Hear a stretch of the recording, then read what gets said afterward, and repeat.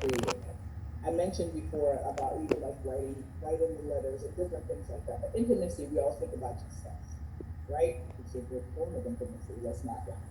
But there is also the niceties of if you are in the house with somebody, of just even creating a space to just you and that person, right? Holding hands, which a lot of people just don't do.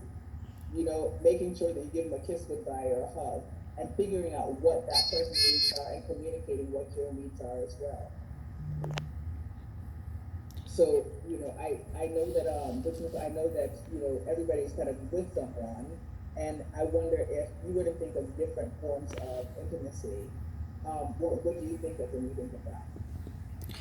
It's interesting when you talk about, like just holding hands, right? How often do we forget, like just that holding somebody's hand can make such a difference, or walking by and just giving somebody a kiss, I guess until you're home with somebody so much, or quarantined, we take those things for granted, but now it's like, what's next?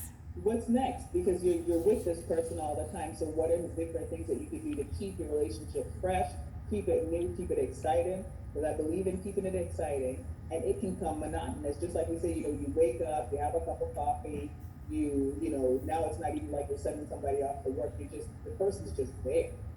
You know, Sometimes you may or may not even feel like talking to that person anymore because you're like, Jesus Christ, just give me a moment, please. And it's so important to create those moments to say, okay, I need just a little bit of time to myself, whether it's to go on social media or a little bit of time to just do something for myself. And also opening up your social outlets to like your other friends, like in venues like this. Like this is such a great venue where you're not totally dependent on that one person because it can become exhausting for that person as well. Right. You know? And what else? Trying Alexa, where's your office? My office is based out of Wellington, but my people know me because I believe in in-home therapy. So now our in-home therapy is transferred over to teletherapy.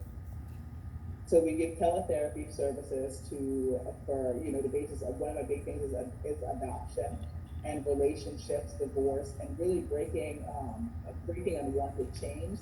I call that because many of us we've gone through something in our life, whether it's an illness or a breakup or something that we went through with our families prior, grief that we've not overcome, and it affects the way we are in each and every relationship from here on out. And what we want to do is to really figure out why are we behaving the way we are? Why am I always dating somebody and it doesn't seem to work out? Not that everybody else is shitty. It's that there's something where either we're picking the wrong people. I'm all about responsibility. We're picking the wrong people, or we just really don't understand what we want and how to keep it. And we're maintaining negative relationships in our life. And those negative relationships can take the place in even friendships. So a lot of times we surround ourselves by people that are not because we've known them forever and we've grown, but they haven't. Doesn't mean you have to drop that person totally, but it does mean that you have to embrace new relationships that are going to serve you a whole lot better. Right, I lost two friends through my practice stuff. So. And that's that is it's hard. And we have to like pay homage to the fact that what we go through things that are difficult, and I wouldn't even be so dumb as to ask you, how that affects you, because obviously it affects you in a certain way. But did you find as though you got through that process? Yeah. Yeah. I'm better off actually. So. Yeah. So and how did you know that? How did you know that just wasn't the relationships for you anymore? Because you just step back and you look at it and you're like, they weren't helping you, so you don't really people like that, Mm-hmm. And especially when we go through something, it's so important to have people around us that are positive, that are not just like sticking in in grief all the time. Or I would say I don't want anybody around me that every story is a bad story. Your relationship is bad, your life is bad, your mom sucks, everything else sucks. There's not tell me one thing good.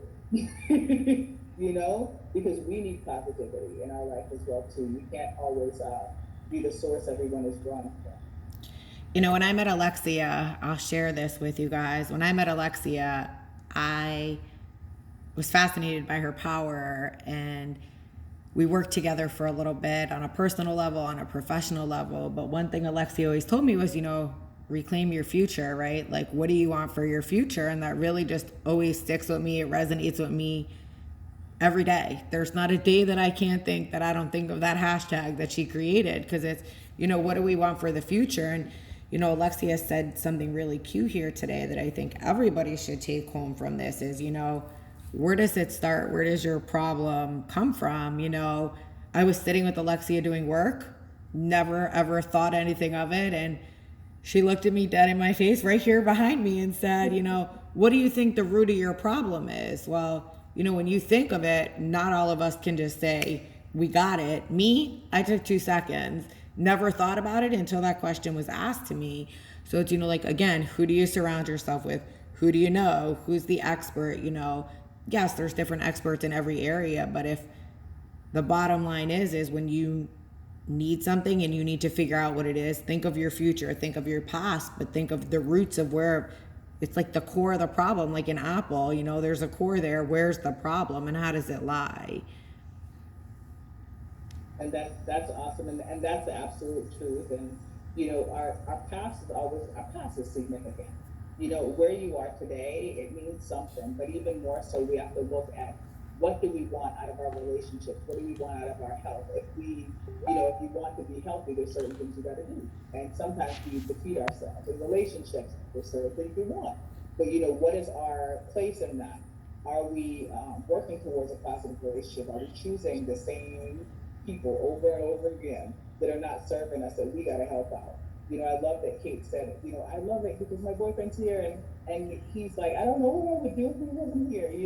That tells me. Right, what would I do, Tracy? Yeah. I'll be on the Great. phone. No, it tells me a whole lot. You, number one, yourself. Like the goodness that is within him, and I know, love my husband to death. Nothing is perfect. However, I can grasp the perfection out of it. I don't want to focus just on the negative little things. There's a statistic, my nerdy side.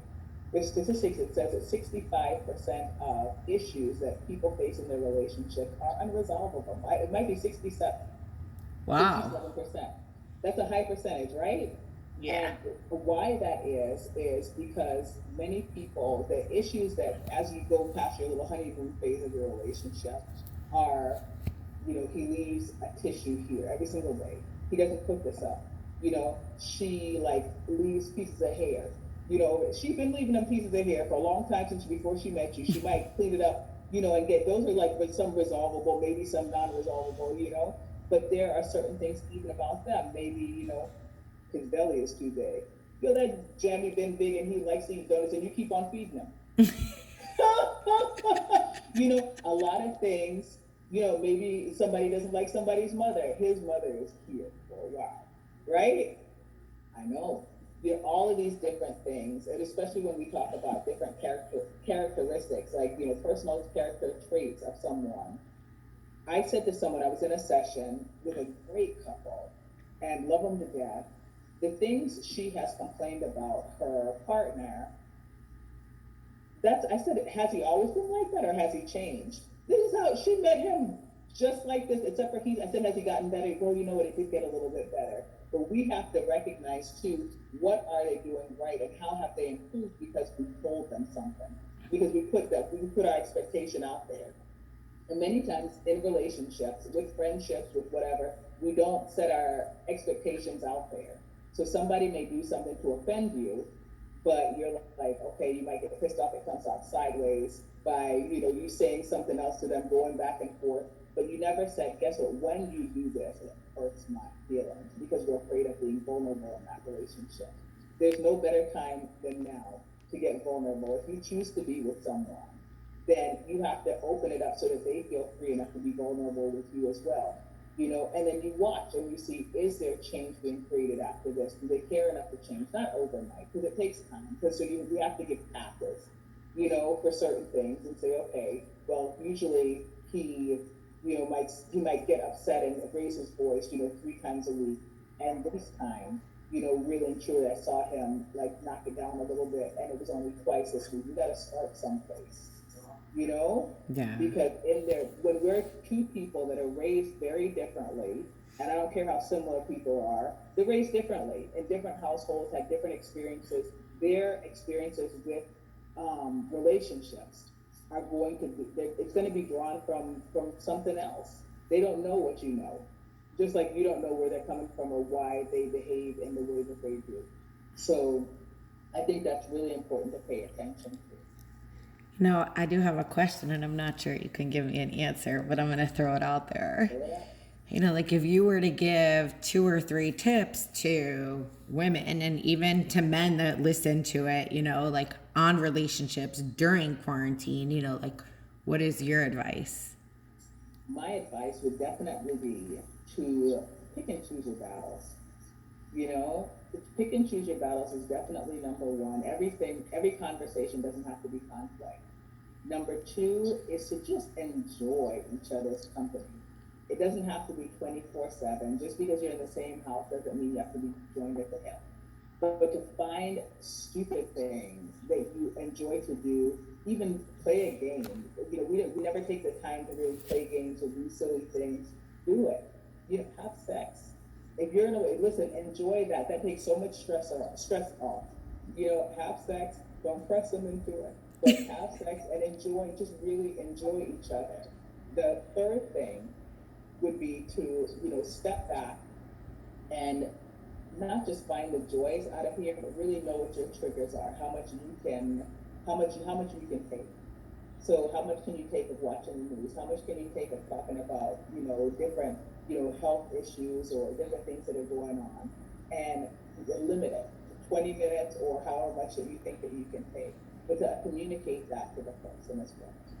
You know, how can people find you on Instagram, Facebook, website, if you want to share that information so we can. Well, I am pretty easy to find by my name, Alexia McLeod. I spell McLeod because nobody ever remembers how to spell it.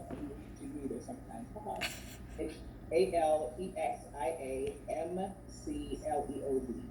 So they can look me up on Instagram, on Facebook. On the website is www.alexiamcleod.com. And you can call me and just reach out at my office number, which is 561-206-4073. And I am so happy to have joined you guys today. And I look forward to hearing from everybody. I think we should post